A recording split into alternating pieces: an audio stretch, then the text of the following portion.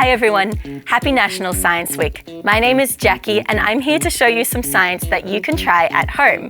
Today we're going to be making an invisible fire extinguisher.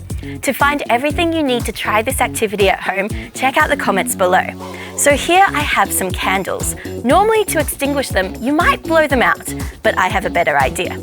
Today I have some vinegar and I have some bicarb soda. I'm going to mix them together and see what happens. Whoa, there's so many bubbles inside my jug. Inside these bubbles is a gas called carbon dioxide. Now, carbon dioxide is quite a dense gas, so even as the bubbles start to disappear, I know the gas is still in the jug because it sits nice and low. Now let's see what happens when I tip this carbon dioxide over the candles, being careful not to tip out the liquid.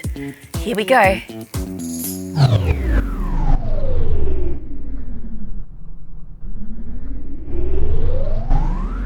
Wow!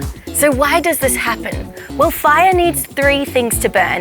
It needs heat, fuel, and oxygen. In my candles, the heat comes from the lighter, the wax is our fuel, and the oxygen is all around us. Since carbon dioxide is so dense, it flows straight down to the lowest point, right over the candle, and this pushes the oxygen out of the way, causing my candle to extinguish. Try this out at home. Happy National Science Week!